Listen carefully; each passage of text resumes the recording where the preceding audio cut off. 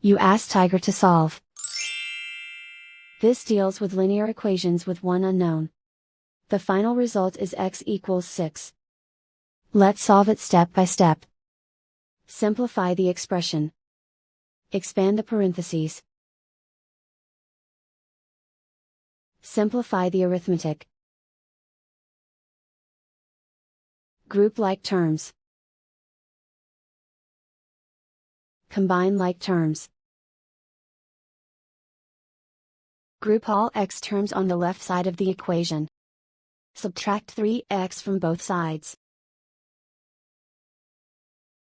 Simplify the arithmetic.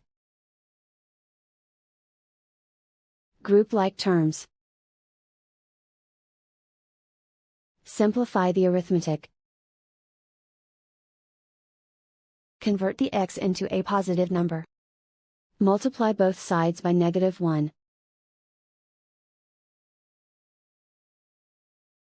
Remove the ones. Simplify the arithmetic. And so the final result is x equals 6.